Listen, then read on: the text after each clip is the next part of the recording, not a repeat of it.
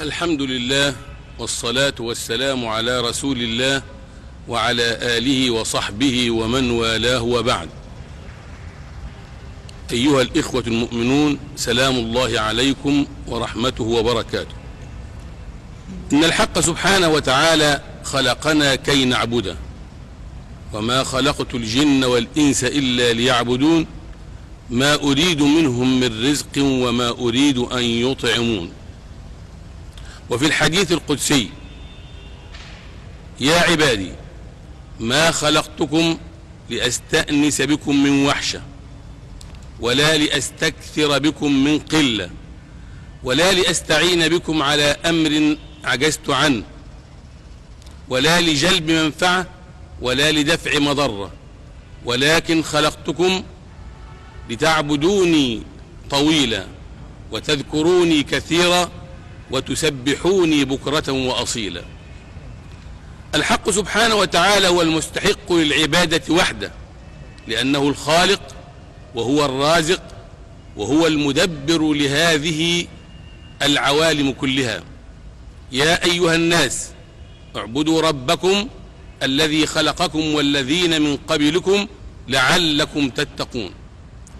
لكن الشياطين اجتالت الناس وأضلتهم ومالت بهم عن عبادة الله وحده، فمنهم من عبد الأصنام والأوثان والطواغيت والطغاة، وهذه المعبودات جميعا لا تنفع ولا تضر، ويعبدون من دون الله ما لم ينزل به سلطانا وما ليس لهم به علم، وما للظالمين من نصير.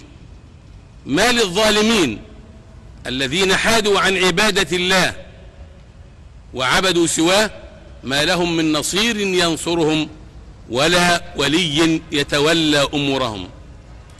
الحق سبحانه وتعالى بعث الرسل كلهم لكي يأمروا الناس بالعبادة.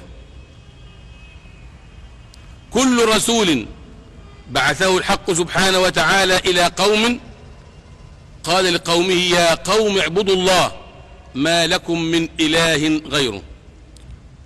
وما أرسلنا من رسول إلا نوحي إليه أنه لا إله إلا أنا فاعبدون. كل أمر أمر به الرسل يبدأ بالعبادة، بل إن العبادة هي العهد القديم الذي أخذه الله على بني آدم: ألم أعهد إليكم يا بني آدم ألا تعبدوا الشيطان إنه لكم عدو مبين وأن اعبدوني هذا صراط مستقيم. الحق سبحانه وتعالى خلقنا لعبادته فقط، لأنه كما قلنا الخلاق الرزاق، لكن الناس عبدوا غير الله، وهذا ما ينعى به الحق سبحانه وتعالى على من عبدوا سواه: إني والجن والإنس في نبأ عظيم، أخلق ويعبد غيري، أرزق ويشكر سواي، خيري إلى العباد نازل وشرهم إلي صاعد، أتحبب إليهم بالنعم ويتبغضون إلي بالمعاصي. لكن ما هي العبادة؟ العبادة هي الطاعة مع الذل مع الحب، والذين آمنوا أشد حبا لله، فلا بد أن نطيع الله وأن نذل له عن حب لا عن سطوة ولا عن قهر، لأن الحق سبحانه وتعالى مستحق للحب كما هو مستحق للعبادة. الحب بكل المقاييس، لأنه الذي أولانا من النعم السابغة ما يشمل حياتنا كلها. إن المعبودات التي عبدها الناس من دون الله لن تستطيع أن تخلق ذبابا، ولو اجتمعت هذه الآلهة الضالة كلها على خلق ذبابة ما استطاعت، بل إن الأمر إلى أبعد من ذلك، وهو أن الذبابة لو سلبت من الصنم أو من الآلهة شيئا لم تستطع الآلهة الكاذبة الزائفة أن تسترد، وإن يسلبهم الذباب شيئا لن يستنقذوه منه. ضعف الطالب والمطلوب، ضعف العابد والمعبود، وضعف الصنم والذباب. وقد أعطانا الله مثلا بالذبابة أو الذباب لأنه أحقر الحيوانات، ولأنه أهونها، ولأنه أضعفها مع كثرته. إن الله لا يستحي أن يضرب مثلا ما بعوضة فما فوقها. الحق سبحانه وتعالى أرسل الرسل كي يأمرون بعبادة الله وحده. الله يصطفي من الملائكة رسلا ومن الناس، والملائكة الذين اصطفاهم الله للرسالة هم عباد مكرمون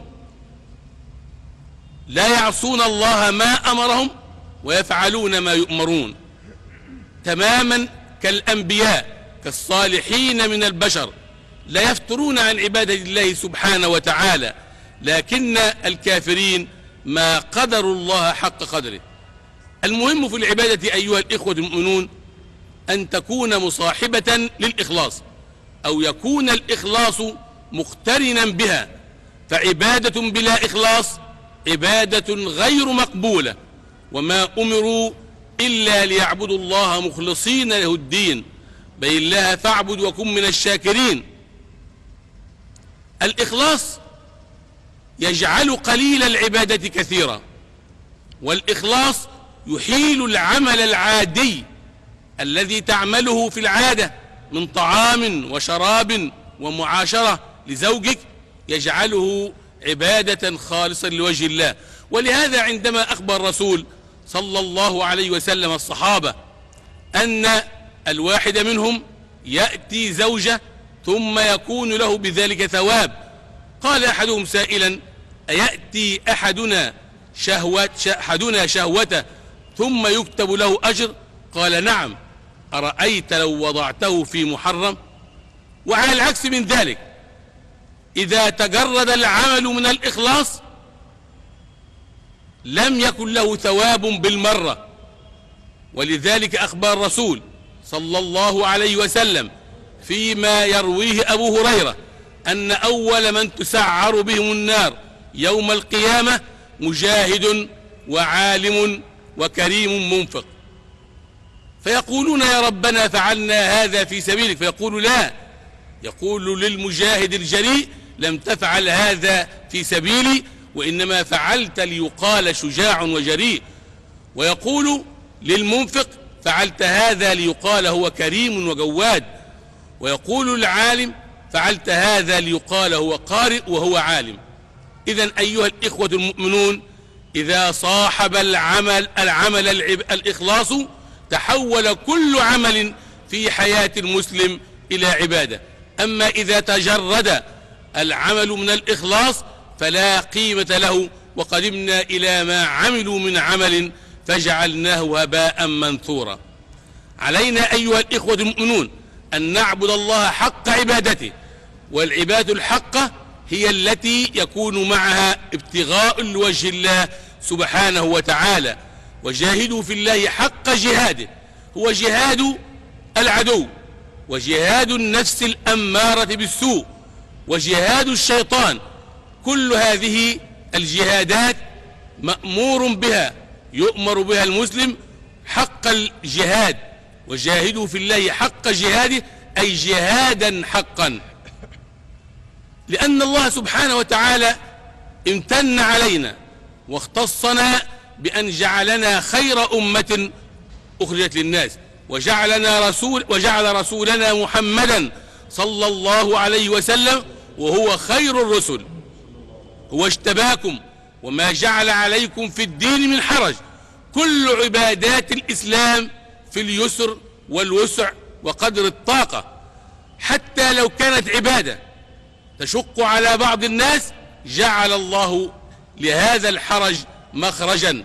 فالصلاة يمكن أن تصلى بلا وضوء وبالتيمم عند عدم وجود الماء أو عند عدم القدرة على استعماله، وتصلى قصرا في السفر.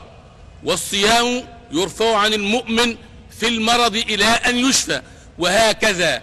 بل إن كل العبادات رفع الله علينا فيها الحرج بالتوبة إلى الله سبحانه وتعالى.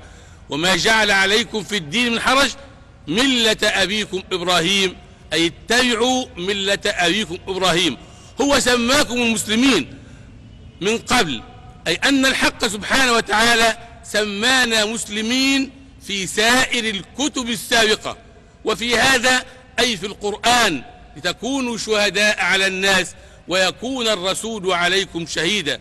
وما دام الأمر كذلك فأقيموا الصلاة وآتوا الزكاة، أي استمروا في العبادة، لأن الله مولاكم وهو نعم المولى ونعم النصير. وأقول قولي هذا وأستغفر الله لي ولكم وللمسلمين أجمعين، وسلام الله عليكم ورحمته وبركاته.